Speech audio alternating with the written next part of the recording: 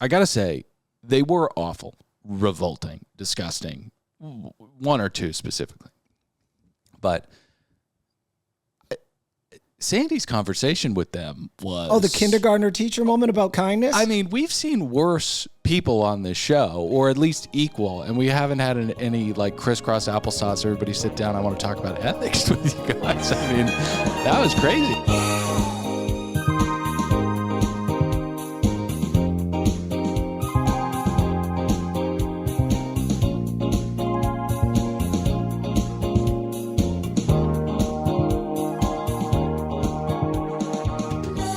Hi, hello there, everybody listening, and hi, hello there. This is another Below Deck podcast. I'm Dylan, and that's Pat. Permission to come aboard. Granted. What's up, dude? Not much. Yeah. We've got an episode of Below Deck to recap. This episode of this podcast is brought to you by Magic Mountain Tropical Smoothie Cafe.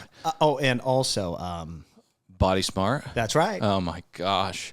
3-ad episode, everybody. We'll do our best to make them funny. If you want to listen to them, they'll be great. They'll be super humorous. But if you don't want to listen to them, go to patreon.com/another podcast network, where we are also breaking down ABC's The Bachelorette. What a magnificent journey it's been for Jen, for Blaze, for Goose, for all involved. Mm-hmm. I'm enjoying it. Yeah, it's good. And you get to enjoy it too. Dylan, you mentioned the patreon.com/another podcast network for did. $5. Yeah. Donate a little more. So what's up, dude? Did you like the episode? It's my favorite episode of the season. Yeah. And you know why. Mm-hmm. What makes great TV, Dylan? Villains. Horrible people. Yeah. I'm not going to say all the charter guests were horrible people. There was really just a couple. Yeah. The others were lovely. Yeah. But it only takes two in the batch to make it rotten. Right.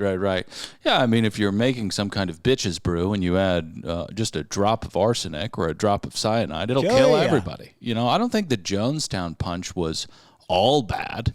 You know, it just had a couple of things in it that wiped out the whole cult. Imagine me and the guy that lived, though, and he drank it. He's like, hey, I'm not feeling anything. Hey, Larry?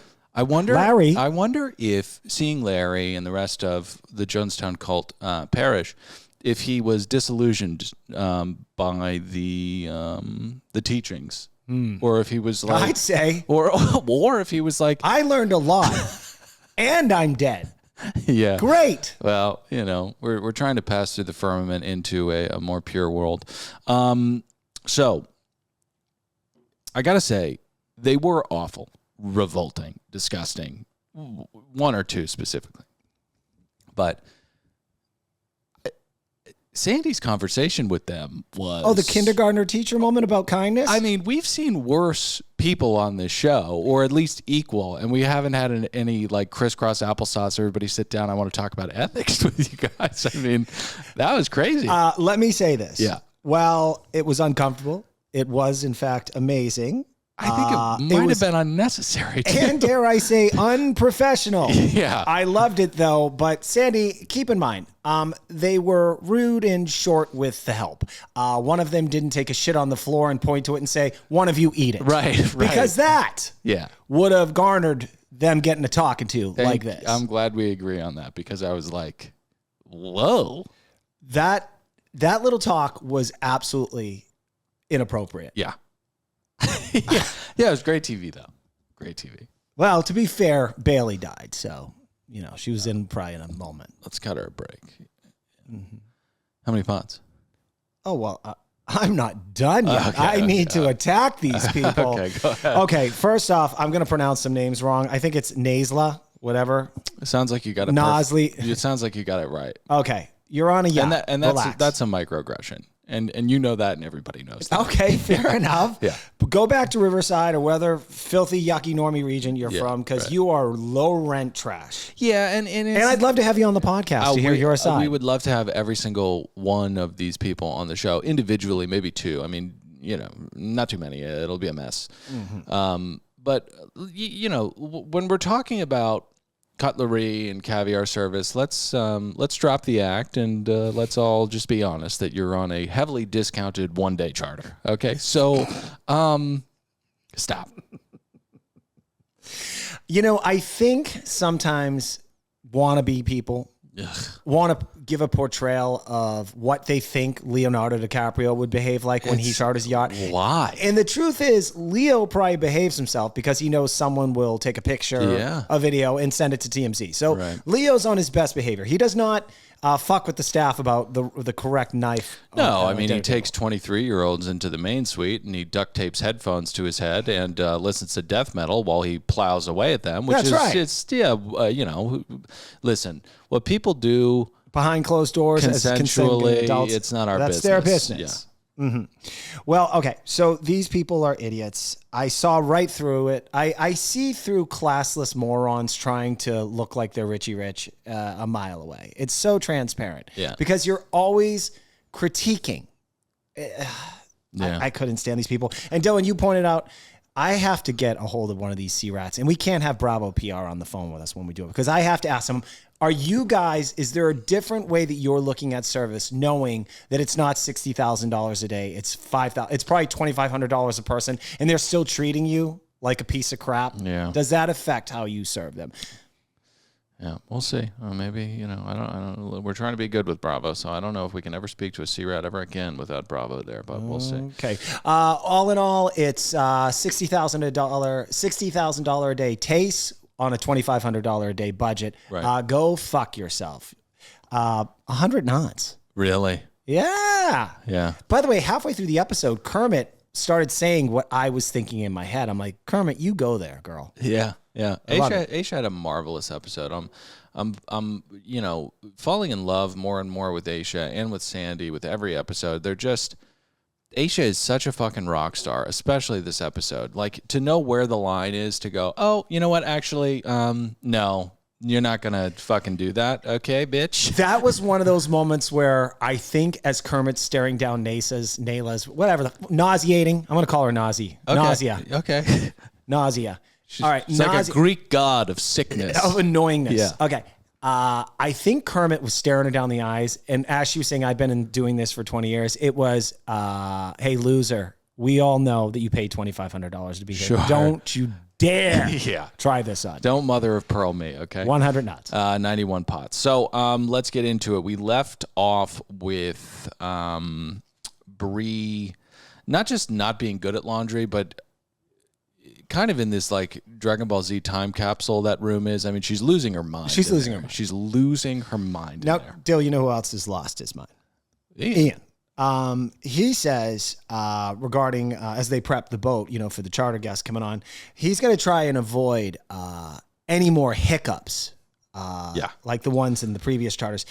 Hiccup would be leaving a dirty glass on one of the tables overnight. Yeah.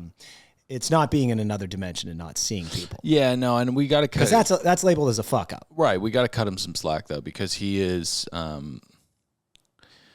he's been tapped by they, the fifth dimensional beings who the same people that led. Who was in 2001: A Space Odyssey? Who's the main guy? Oh, God, I don't know. Let us know in the comments. The same people that led him to that room where he turned into a baby are the people who have tapped Ian to hold together the realms. To what end, I'm not sure. But with that responsibility, we've got to cut Ian some slack, because I'm sure that's very distracting. I bet it is. Yeah. I mean, yeah, you'd be right to bet that it is. So I see him in the cosmos with ropes of energy just tied to all of his limbs, and he's just doing everything he can to not completely collapse the universe, and he's got to worry about fucking lines and shit. Yeah. I mean, I have a lot of sympathy for him. Also, that's what happened to his hair probably too. That's why he wears a hat. Yeah, exactly. So Gail doesn't have tender experience. Life is about little wins. Very cute that she's so excited about this. They pick up provisions, including the balloon wreath for the fire and ice party. Yeah, probably about $300. I got one for my daughter for her 4th birthday. It was Frozen, Elsa and Anna, and $300. Those things cost a lot of money. That movie really had quite an impact, huh? I've seen it 20 times from beginning to end. I bet you like it. Very overrated film. Oh, really? Yeah, I don't like and I don't actually like the messaging of it either. What is the messaging of it? Well, it's bonding over sisters, but one of them gets really mad because she doesn't want her sister to marry a guy because she thinks he's a loser. Okay. Turns out he is, so she was right. Right. But as a result, she almost hurts the entire town, freezes the entire town, and then rather than fix it, just wanders off out into the cold and lives in a frozen castle. Got it. So it's a tale of kind of like short-sighted vengeance, that kind of thing. Yeah. Well, it's probably better than Grease. I don't think so. Except, a lot of people don't talk about Grease still. The last third of that film really falls off. Oh, yeah. And then you have the last two songs, but makes up for it. But yeah. I mean, I love that film so much. It's just such a special movie. Everybody's 40. Except for the Puerto Rican dance queen who is 60. And, Olivia Newton-John is just smoking by the end of it. Well, you also pointed out, Dylan, nothing says female empowerment like change. Right. Just conform to the demands and the aesthetic wishes of Danny Zuko. Therein you will find fulfillment, self-love, and happiness. Let's talk about Magic Mind. Magic Mind is a magical company. It is a mental performance shot that will send you to the stars. How many languages are you at? 6. So we've gone from 19 to 6. And I haven't been taking my Magic Mind. I drank all my shipment, and also our nanny has been drinking it too. Right. She just gave her resignation in yesterday. Yeah, and we've lost a lot of home care to Magic Mind, but that's a good thing, right? These positions aren't permanent. They are stepping stones. The spectrum, though, from going from a nanny to an astronaut is pretty big, though. Yeah, I'm proud of it. It's absolutely marvelous, but Magic Mind can get you there. Do you want to be an astronaut? You'll be one. Do you want to be a god? You'll be one. Go to magicmind.com/below deck. Enter in below deck 20 to get 20% off a first-time order or 48% off a first-time subscription. This stuff really, really is magical. It would help the show a lot and help you a lot if you went to magicmind.com/below deck. Use promo code below deck 20. Okay, so guests arrive. Guests arrive. They are already quite pissed about the whole tender thing, and as they hop aboard, they proclaim, "I hope they have mother of pearl spoons." This is one of these things that, I mean, you can just tell from a mile away that they don't know what the fuck they're talking about, because if you go to a Michelin star restaurant, the likes of which they want replicated on this boat with one chef, the canals will be made with silver spoons in the back of house, so we really don't need to do this whole fucking thing. Yeah, but will balloon reefs be there as well? Yeah. Because nothing says Michelin experience like a balloon reef, that would delight a 9-year-old. I heard that the French Laundry has like 5 of them in there. Yeah, 11 Madison Park and French Laundry. You get up and you move throughout the restaurant, and as you do, the balloon wreaths are kind of color themed to the vibe or ethos of the next setting. Last time I was there, 2 of them were carrots. Right. Yeah. I don't know what that was about. Well, so maybe they're right. Mike Dunks, they set up a basketball hoop because he's an ex-basketball player. I hope that he requested that, because it's not even a racial thing. It's like it's a work thing. Like it's like giving so somebody's a retired lawyer and you put like one of those big leather-bound books in front of it. Like, I don't do this anymore. You remember my birthday that my wife threw for me when we went to the nice place where we dined? There was a bunch of microphones around us, right? You remember that? It's like, why have you put a basketball hoop up? I think it was requested. I hope. So the couches are an eyesore. The guests asked the Sea Rats to move the couches for a picture. They made it seem in the previews that it was this, I want them gone until we're gone, or at least that's what I picked up on. Getting them out of the way for a picture, I didn't think was that ridiculous, but we really start to get into the deep waters of scumbag behavior when You point to an espresso martini that is 10 feet away from you and you tell someone to go get it for you without a please, a thank you, really just a point. I couldn't do that. No, I couldn't do it. Could not do it. I don't care if I was a billionaire. I could not do that. I could not do it. I mean, what on planet Earth?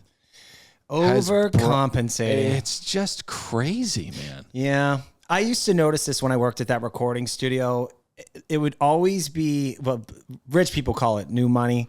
It's just, it would be a new artist that got signed to a label. They were always the ones bossing me around, sending me out on 10 different runs to go get different types of things. Yeah. And I was like, wow. And I could never figure it out. Do you think this is what Led Zeppelin behaved like? And they probably did, don't get me wrong. Well, far worse. I mean, they shoved salmon up people's orifices, That's right. I think. Or it was a shark, bull actually. sharks, yeah, something like that, which seems physically impossible to me, let alone sexual and animal abuse. So that's quite an ab-lib we filled out there with that. It was on page 117 in Hammer of the Golds. Yeah, really. That was a lot of fodder for this third grader. When that book came out. And who wrote Hammer of the Gods? I don't know. Is it some Rolling Stone journalist or something? Probably. Hit job, definitely. Yeah. Hey.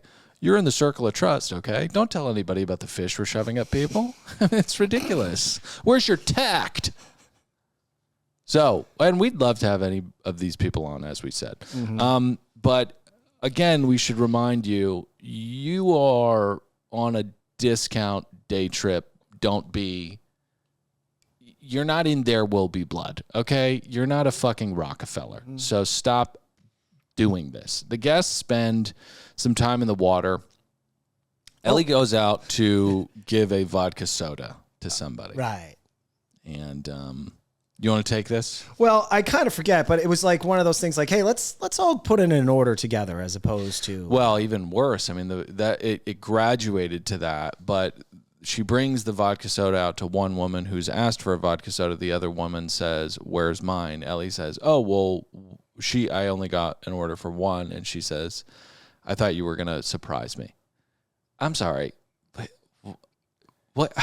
I don't know. Maybe the Balkan Biscuit can read minds. What is going on with you people? How could you possibly think that that's even remotely logical? A couple of these charter guests strike me as extreme narcissists, and so they will be hearing this. I just know that about them. Yeah. Please come on and defend this behavior. Oh, yeah. Please, we will not edit it. We will play it just as the interview. Please contact us. Yeah. Hit us up on Instagram. Or if any of you savvy barnacles want to do this will just make good podcasts. If you can find Naisha or Marhisha, I think that's how you say her name. Okay. Find them, tell them we were talking shit about them, and we'd love to have them on, and we will have them on. Gosh. Chuck and Erica? Simple Chuck.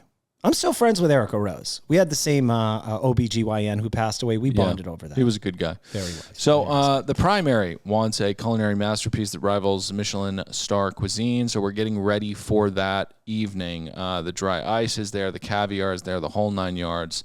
They almost popped the fire and ice wreath, which would have been an absolute disaster because you can't have a East Egg or West Egg Gatsby kind of party without this wreath. Oh, yeah. But while the guests sample the caviar, they ask for the chef. Oh, yes. And by the way, having caviar, nothing says class like caviar. Yeah, it's just this like, what Sky Mall magazine are you guys using for this fucking video? It's like, it's just fucking crazy. Also, what would you like to know? It's fish fucking eggs. Yeah. And they go great on a cracker. Right. Anything else you'd like to know? Well, Aisha calls Jono up, and, this is really the only fumble of Aisha's entire performance this evening. Otherwise, she was flawless. She phones him up. She goes, "Hey, they'd like to talk to you about..." Oh, she just said they'd like to talk to you. Hey, send up a flare. Tell them they want to talk about the caviar. Give him a second to goog. You know what I mean? Because otherwise he's coming up to a firing squad. Luckily for them, I don't think she knew he was coming up to a firing squad. Well, luckily for them, they and it's the same thing with the butter fish knife thing. they don't want to really inquire about anything. They just want to exercise control and dissatisfaction over the help. Mm-hmm. So this woman has no questions because she has no knowledge of caviar. She just says, this tastes like shit. Get out of my face. A dirty washcloth, to be exact. Yeah. And so he let her know that it's beluga caviar, which I don't know if a lot of people know this. I only knew this because we worked for our former employer. We put a sampling of it in one of our boxes, so I had to learn a little bit about it. Yeah. Beluga caviar was actually against the law to propagate or whatever for about 20 years because that type of fish was going extinct.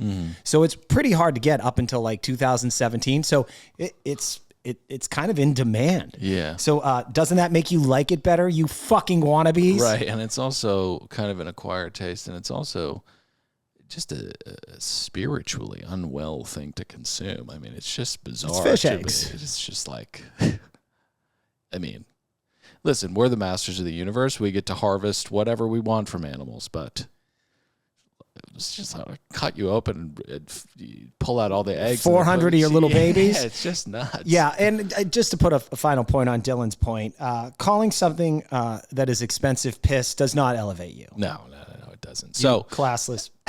Cheese loses another dress, but before we get there, I have thoughts on this. Yes. Okay. So the way that she kind of works out how she should not be punished on this is she's going to beat it with a technicality. Yeah. Which is, even though it's a mess up, it was done prior to her giving the ultimatum. She Bob Shapiro's the whole thing. Okay. Yeah. I experienced this. So on one of our past APS shows a long time ago, I had a next door neighbor in this shitty apartment I lived next to named Rob. Rob wanted to kill me. I had Rob put in jail twice for trying to kill me. Right. So I tell the landlord, hey, Rob's trying to kill me. And he's been arrested twice for it. I sent the police reports. Yeah. I want this guy out of here. Yeah. So they send him a letter that says, Rob, if you do anything bad to Pat, you're out of here. You're getting evicted, right? Yeah. So come to find out, he put nails in my goddamn tire. I let them know, and they said, when did you find him? And I said, yesterday. They said, that's before we sent the letter. He beat you on a technicality. Right. Yeah, I mean, listen, the justice system is a very flawed system. You know, like we've talked about before, the man that killed 3 to 4 women by betting them and then staging a robbery wherein he would save himself and nobody else and then take all their money. Even if you can't nail the guy with forensic evidence, he did it. It's been 4 times. That's right. We need common sense. That's what we need. Yeah. Common sense. You know, listen, you are not going to fall into the throes of any bloodlust or anything if you are on tropic time. You're just not. No, you're absolutely not. You're going to be way too blissful, way too full, and way too happy. Dale, let me admit something. I could hang out with Marhisha and nausea on the beach as long as I'm drinking a tropical cafe smoothie. I'm having the best time of my life. If you have a watermelon mint mojito in your hand, they're my best friends. Hey, I love you guys. You know what? I'd go a step further. I'd say, let's time travel a little bit. You're in the trenches of World War I. And do I have a musket with one of those knives on the end of it? You have a musket. It's jammed. The barrel is soaked in mud and blood. Oh, so it doesn't work. It doesn't work, and there's a stampede coming. If you have a watermelon mint mojito, I just hold it up and just say, hey, why don't we just call it a day? Yeah. And the thing is, we're on tropic time now. They would send some kind of ambassador over the mound to go, well, let's try it. And if he took one sip, Franz Ferdinand be gone, the whole thing would have gotten sorted out. Tropical Smoothie Cafe will bring world peace one day. And you can have just a little taste of it by going to one of the 1,400 plus locations or use the app. Use promo code BADTV with said app. Be happy. Be guava. Be mango. Be on tropic time now. And then according to Sandy, be kind. So the dress is in Ellie's bag. It is not washed, and she's protected by the technicality. She's got to be up there with some of the worst sea rats we've ever had. Mm-hmm. I mean, I would say it's usually in the chef department. Hold on. We've had worse, but they've been fired. Right. She's fallen under this category of we already know that you're useless, right. so you're unfireable. Yeah. There are no expectations. Yep. Which seems stupid to me. There have to be expectations. Yeah, I mean, we had Kiko, who, he wasn't that bad. He just knew how to make one Brazilian fish stew and just kept serving that. And then, the death knell was serving Domino brownies to black people, which is inappropriate. And Hannah told him to do that because she was on pills. But yeah, cheese is one of the worst we've ever seen. So anyways, the caviar, well, Ellie, equally wrong, goes, I could take this upstairs and get her fired, but she's Bambi, so we can't do that. I don't know that you could, Ellie, because remember, Sandy hates both of you. So right. I don't know that would work the way that you think it's going to work. So the dinner is served. It's... Oh, I'll let you get into it. I just want to say Kermit does something here, and Sandy's done it, which is the plate goes down in front of the paying guests. They take 2 bites out of it. They stand over them, lording over them. You can see their shadow, and they go, how's the food? I'd be like, get out of here. Yeah. What are you still doing here? You put the plate down, right? There's old Patty being mean now. Now I'm one of those charter guests. No, totally. I'm a wannabe. Well, it's the same thing they do at the French Laundry. They drop the bread, and they just watch. When my mom worked at a restaurant, she couldn't afford to send me anywhere, so I just go to work with her all day at King's Corner Restaurant in Leominster, Massachusetts. Right. And so one day I made the mistake. The food gets put down in front of these 2 blue hairs, right? Yeah. They're sitting there gobbling up whatever swill they're gobbling up. And I just sit cross-legged just watching them eat. Yeah. And they turn to me and tell a 6-year-old at some point, hey, get lost. Yeah. Scared the hell out of me. We're trying to eat our chicken pot pie without our dentures. Get the fuck out of here. This is an undignified experience. We don't want you watching. They could have been nicer about it. Yeah, absolutely. But they're very close to the ground, so we'll give them a little slack. So seared sea bass and crab couscous. That's weird. Crab couscous sounds weird to me. But me too. Yeah. But in a wild turn of events, they liked the food. I thought the plating was amateur, and I thought that they were absolutely going to get crucified for sending this out to these high-class, exquisite palate clients, but they actually gobbled it all up like the shit pumps they are. We then get to... Oh, can I do a meanwhile? Yeah, sure. Meanwhile, right. Joe and the Balkan Biscuit, they kind of run into each other, and they start to flirt a bit. And then Joe tells us, like, hey, a few days ago, I thought I lost the Balkan Biscuit. And but I think there's a chance to rekindle that magic. Sure. And have meaningless, forgettable sea rat sex. I think that seems doable for him. Yeah, and somebody could argue, I'm sure you're listening, you're going, you may be driving off the road going, well, why, Pat, it could be memorable. No, there's no way. The way if you interview enough sea rats like Dylan and I have, and you hear them reflect back on their past hookups, you'd have the same feeling as us. Most of the time, they want to erase sea rat hookups from their memory entirely. Yeah. We've talked to so many sea rats, and we've heard them all say the same thing. They all say, that wand from Men in Black? I wish those actually existed. That's true. Well, and also, this flirtation is transpiring over garbage. Yeah. Yep. How are we getting hot and heavy over garbage? I think there's some kind of pulling out or something that what's going on? That's a funny thought. You know what? You know where workplace never happens? The sewage factory. No. Because it's all men who hate. No, I mean, listen, who's to say? I don't know the disposition of anybody working at a sewage plant. Hey, did you hook up with Tina, the new office gal? Yeah, she smelled like shit. Well, you did too, to be fair. So, yeah, that should cancel. You know what? In high school, they took us on a field trip to a sewage. I think it was trying to teach us about being more green and how all the recycling of water. Sure. And I remember I literally saw that turbine of sewage going through, and I saw a carrot in poop. Yeah. Did it pass through a human, or do you think that it was just thrown? Because it was all poop, and I could see the various other things that were in it that hadn't been processed through the body. I was like, that's definitely a piece of a carrot. Well, what Cease and I do, my darling Cecilia and I do, if any carrots have gone bad, we just chuck them in the toilet because it makes it fit through the pipe. That's perfect. It kind of, it just makes sense to us. So that's probably what happened. These people are talking about debutante balls while Joe and Ellie are flirting. The one lady, Swamp Nausea. Rat, yeah, with the Goose fan, says her mother used to make her watch VHS tapes about etiquette, which is creepy. That is so fucking strange to me. But she complains that these fucking idiots put out a butter knife with no bread service while fanning herself. Oh. When she's speaking on... I'm sorry, we're not at the Olive Garden, dear. When you're here, your family. And thank you for letting us know. I got to be better with the names, but somebody let me know that is, in fact, the mantra of Olive Garden. When you're here, your family. You're also... sad. Before the birth of our... Oh, you're being poisoned.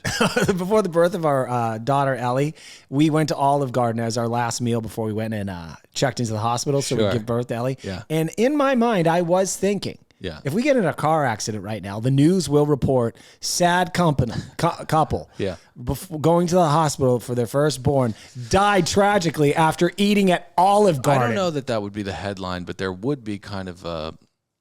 There would be a debate about whether or not to put that in the report. Like, this is a tragedy, they all perished, but do we need to kind of add insult to injury and say that they were hopped up on Italian wedding soup and breadsticks, yoga mats before they perished?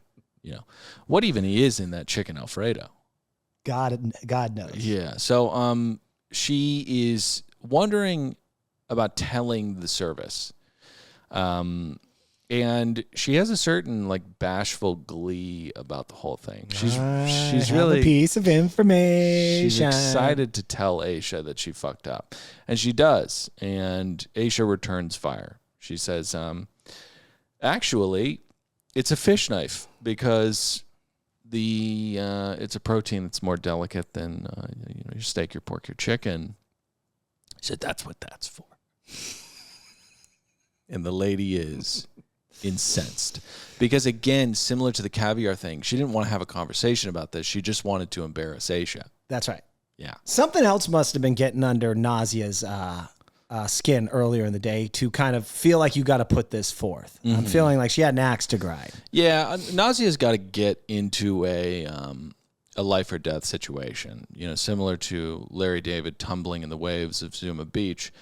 Your life has to flash before your eyes in order to change the kind of nauseous character that is taking over your life. Mm-hmm. It's not beneficial to really anybody. Yeah, and by the way, Dale, after this little bumping of heads here, she proceeds to do what most morons do when they've been put in their place. She doubles down and gets angry.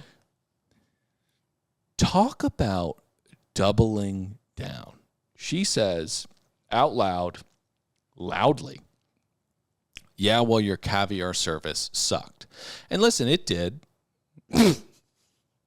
She's right. You're a gremlin. I think that what's the old adage? Gremlins can be right twice a day. Is that it? Mm. But yeah, I mean, you're right. Your bones bend in different ways, but you're right. The caviar service did kind of suck. Now, let me say this though, Dill.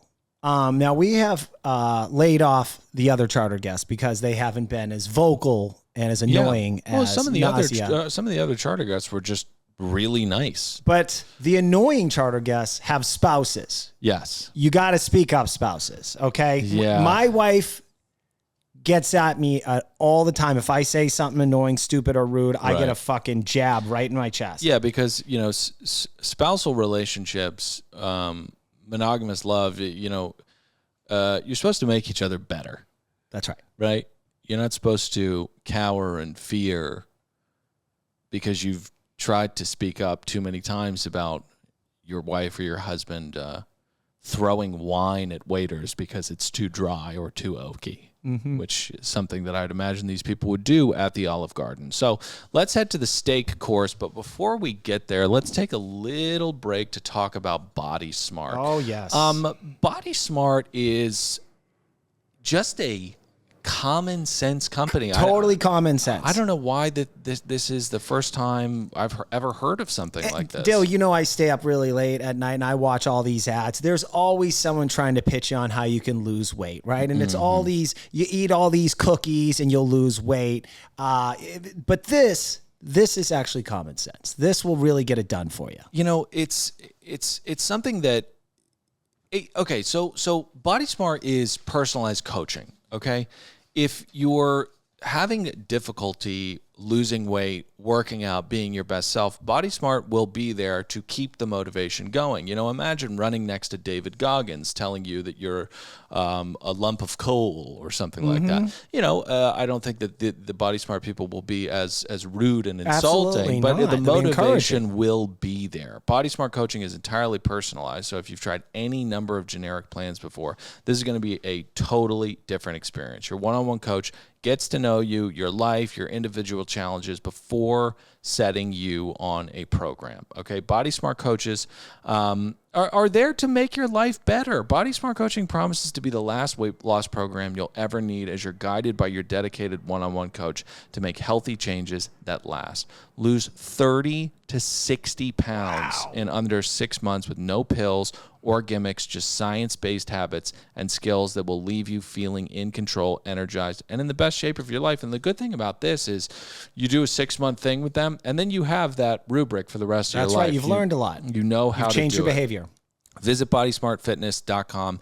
Mention this show in your application to get 20% off your coaching program. That's bodysmartfitness.com. This episode is brought to you by Body Smart One-on-One Coaching. Okay, so wrapping up the episode here. Well, we're getting there. I got a couple page of notes. How the hell do I have that? Yeah, I got a lot of notes too. That's wild. All right, so Dill, Gail and Nate snuggle at this point, and she has one request for the C-Rat. Don't turn out to be a dick. Yeah. That's a tall order there, Gail. Yeah, he says I won't hurt you. Yeah. We'll see. Second course. Tomahawk, served with a smattering of beet reduction. Everyone likes it, even the little terrier nausea. But she can't let on. It's a little tough, she says, because the night is now ruined for her. She's lost in some kind of insane gauntlet she's in, and now her night is over. Sandy comes out. She tries to bizarrely saddle up to her. I think that she wants to tell her. Okay, so you're talking about when Sandy and Kermit talk in the bar. No, I'm talking about when Sandy comes out to check on everybody. Oh, yes. I kind of feel that too. Sorry. Yeah. Yeah. Mm-hmm. But we go upstairs. The women are not happy with the service. They're essentially going to war with the women of this vessel. Mm-hmm. It's really bizarre. It's internalized misogyny of the ruling elite. And that you texted me that before we got going. And you spotted it from a mile away. Yes, I did.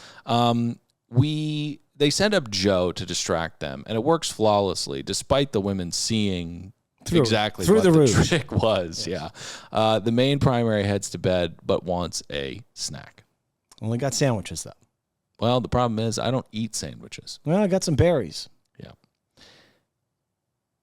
Fruit would do good. This woman she's on the verge of grabbing the fish knife and driving it into Aisha. She's so pissed off. I bet if we talk to these horrible charter guests, I guarantee they'll tell us there was stuff going on behind the scenes that got under their skin. I feel it. I don't think so at all. You think they're coming on here with this horrible attitude? I think they're just shit pump people, and we'd love to have you on. I want to have you on. I got to know what's behind all this. So we get to the next day. Breakfast is served. Ian is a management genius.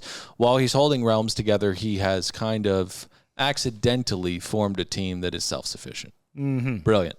Captain Sandy heads up to go tell the guests. Well, one thing happens first. This is what starts this. So in the morning, Kermit is going down the stairs, as I believe Mahisha is walking up the stairs. She said, "Good morning." Yeah. And Marissa says, "Can we eat now?" Yeah.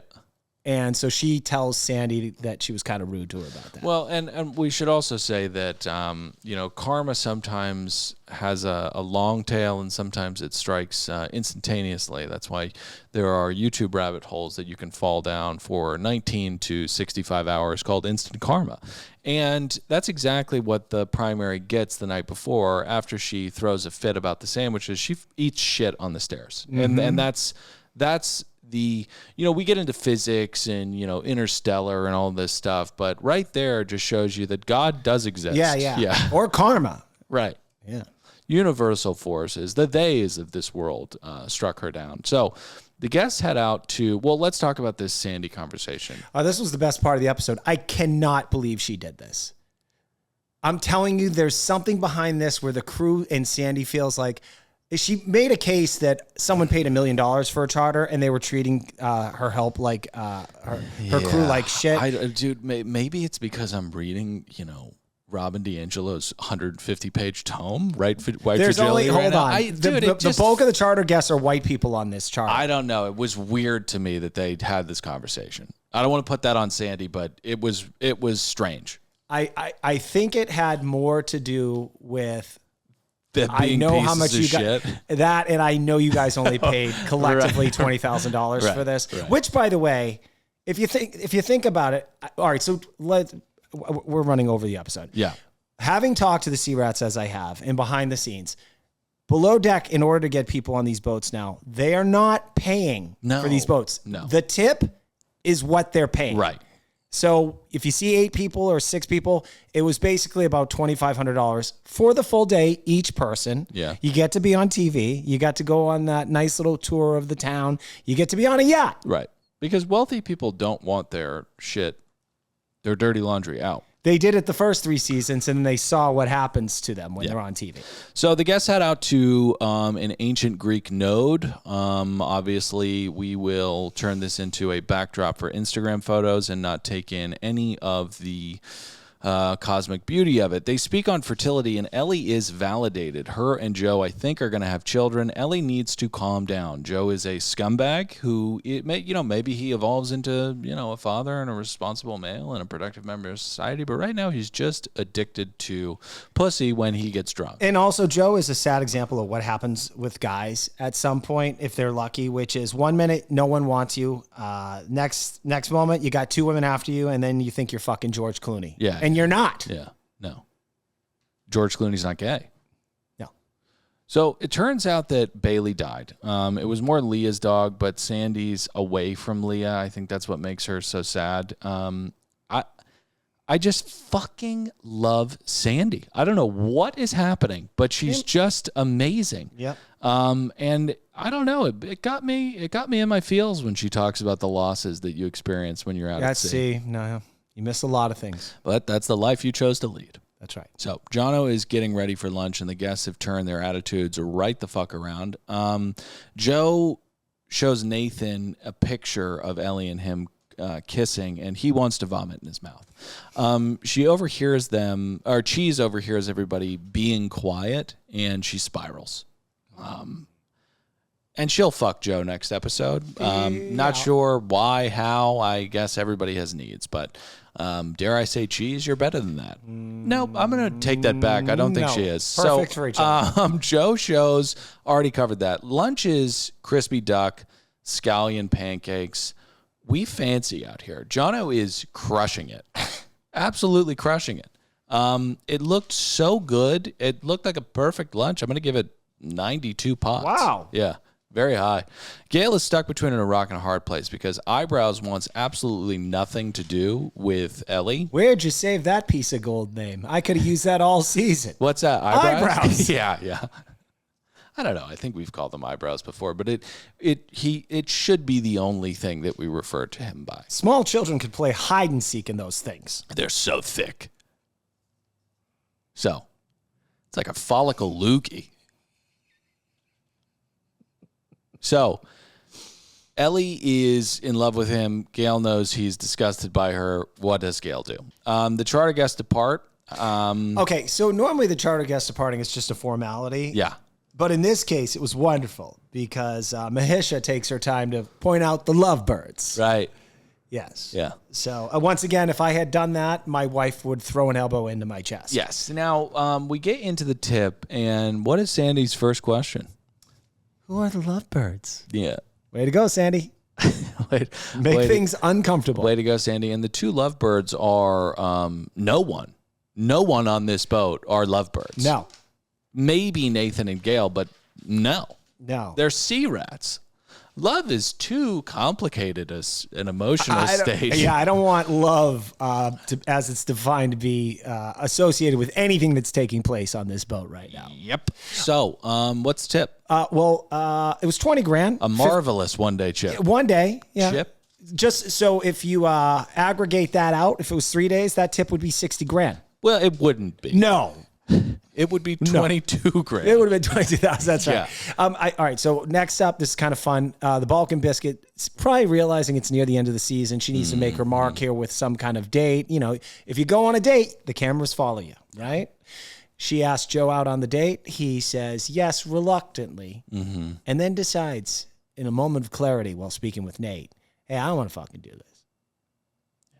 I got to tell her I don't want to go. Nate says, it's an hour of your time, and you said yes already, so don't be a piece of shit. But we end with him probably breaking off the date. So we'll see what happens next week. We shall see. iTunes, 5 stars, kind words. Patreon.com/Another Podcast Network, Body Smart, Magic Mind, Tropical Smoothie. We love you so much. Have a great week. We'll see you next week. I'm Dylan saying goodbye. Pat, say goodbye. Later, kids.